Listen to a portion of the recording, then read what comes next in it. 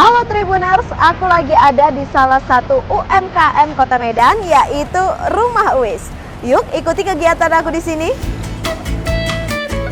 Rumah Uis yang dimiliki oleh Averiana Barus kini menjadi tempat belanja favorit warga Sumut yang senang mengoleksi kain tenun, pakaian, dan aksesoris berbau etnik Karo.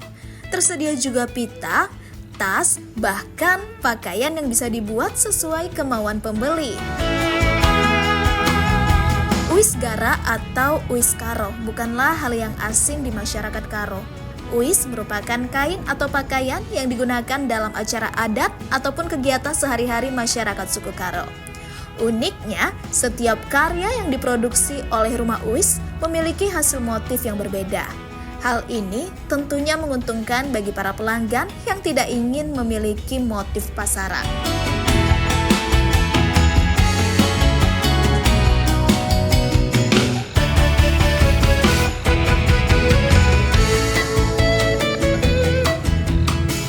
Adapun koleksi dari Rumah Uis dapat dibanderol mulai dari harga Rp50.000 dan yang paling banyak diminati adalah Uis Nipes. Penjualan kain tradisional dari Rumah Uis pun sudah sampai ke luar negeri, mulai dari Asia hingga Eropa loh Tribuners.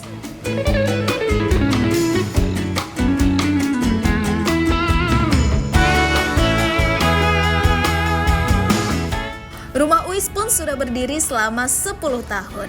Averiana mengaku memiliki lebih banyak suka dibanding duka atas bisnis yang ia geluti. Setiap hari bertemu banyak orang dan melihat karya seni yang baru adalah hal yang menyenangkan bagi dirinya.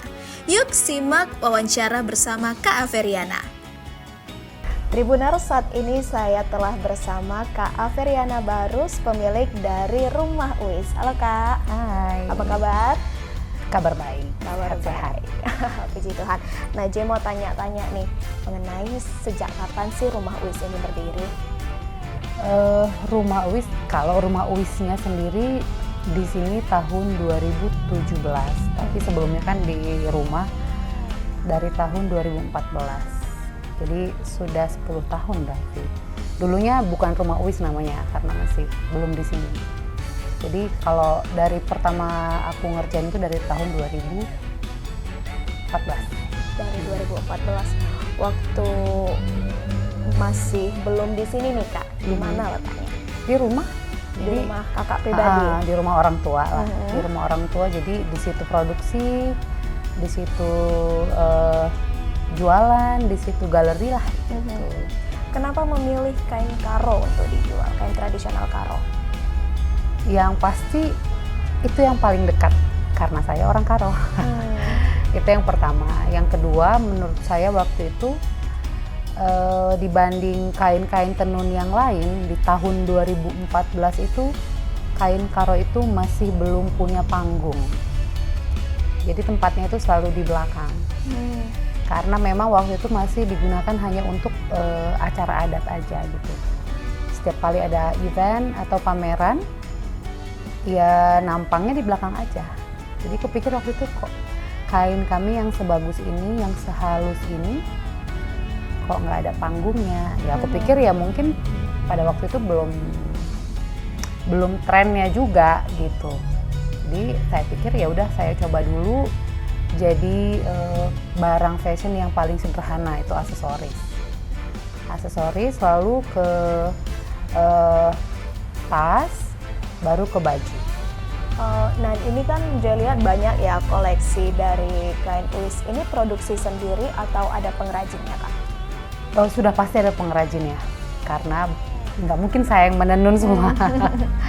Jadi ada penenun, ada penjahit, ada tukang sirat, tukang ketang, tukang tas, semuanya ada perajinnya sendiri dan di berbagai kota.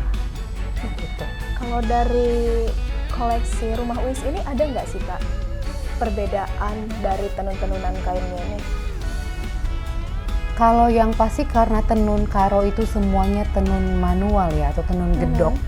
Kebanyakan masih tenun gedok kan. Setiap karya penenun itu ya berbeda. Jangankan satu penenun dengan penenun yang lain. satu kain dengan kain yang lain itu sudah pasti berbeda karena dia tidak dibuat massal kan, dia kan spesifik satu-satu per kayu beda dengan yang mungkin sudah ATBM, alat tenun bukan mesin, itu bisa dibuat lebih banyak dibanding kain tenun yang gedrok. Jadi ini tradisional ya Kak? Tradisional, limited edition, bahkan ada yang memang one and only. Oke. Gitu. Nah, yang paling banyak dipesan nih sama konsumen yang mana? Soalnya tadi Joy lihat ada juga tas, ada udah berbentuk pakaian, kebaya, ada yang masih bakal. Mostly kalau orang datang ke rumah Uwis udah pasti cari Uwis. Uwis itu kan kalau bahasa Batak mungkin ulos gitu ya. Kalau yang paling banyak diminta ya pasti Uwis nipis ini yang dipajang ini. Karena ini keperluannya selain untuk fashion ya untuk adat. Sekarang udah berbarengan sih, orang sekalian berpakaian adat, berfashion juga gitu kan. Tapi yang memang orang khusus nyari pakaian etnik atau tradisional Karo atau kita katakan fashion etnik Karo ya kesini karena bisa dibilang di sini cukup lengkap kan, baju, dress, gaun, baju formal, informal, bahkan sampai tas-tas gitu. Dua-duanya ya dicari, tapi yang paling tinggi ya pasti pengguna Uwis gitu. Kalau baju ini biasanya sih memang khusus dia nyari itu kesini. Ada, tapi kalau sekarang ini presentasenya lebih banyak Uwis. Oke Kak, penjualannya ini udah sampai mana aja? Kalau penjualan kan kita karena pasarnya itu online, ya udah pasti sampai di belahan bumi manapun kita layanin. Tapi yang sudah pernah datang ke sini dari Asia udah pasti banyak ya, Jepang, Malaysia, karena di sana banyak kan orang Karo. Terus beberapa dari Eropa, Australia adalah, tapi kebanyakan memang ya orang Karo. Berarti udah diekspor? Saya tidak ekspor secara langsung dengan prosedur ekspor, tapi mereka biasanya beli dari online, ya kita kirim sesuai permintaan aja, atau yang kebetulan kesini bawa ke sana gitu. Nah, selama bisnis ini berdiri udah 10 tahun, apa sih suka duka yang Kakak rasakan? Banyak sukanya lah yang pasti, namanya berbisnis itu kan kita suka, kita senang, kita dapat uang. Karena kalau nggak dapat uang kan namanya sosial. Banyak senangnya karena bertemu banyak orang, setiap hari melihat karya seni yang baru, setiap hari melihat produk yang wow, saya sendiri walaupun setiap hari melihat Uwis, begitu datang tenunan yang baru gitu, masih amazed, cantiknya. Jadi setiap hari saya melihat yang cantik-cantik, jadi saya selalu happy kalau udah bicara Uwis gitu. Ya kalau dukanya itu kan soal pikiran kitanya itu. Maunya begini, tapi terhalang misalnya kendala di keberanian, itu yang paling sering ya. Mau expand kadang-kadang takut, itu kan tantangan sih, bukan duka ya, tantangan. Terus mau ada barang, ada ini kurang modal, ya itu menurut saya sih itu bukan ini ya, tapi itu dinamika berbisnis, biasalah seperti itu. Cuman dulu di awal-awal begitu aku memodifikasi Uwis ini, ya tidak semua orang suka. Karena perspektif orang memandang kain tradisional itu kan nggak sama ya. Ada yang melihat sisi sakralitasnya, ada yang melihat sisi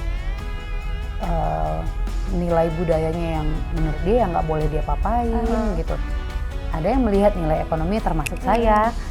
Jadi itu yang saya hadapi di awal-awal. Tahun 2014-2015 itu banyak wacana-wacana yang timbul karena saya banyak membuat kain tradisional menjadi barang-barang yang menurut mereka nggak seharusnya. Gitu. Tapi itu kayaknya udah berlalu dan sekarang mereka bahkan sudah bangga. Baik, terima kasih Kak Ave. Sama-sama, sukses selalu. Download Tribun X sekarang, menghadirkan lokal menjadi Indonesia.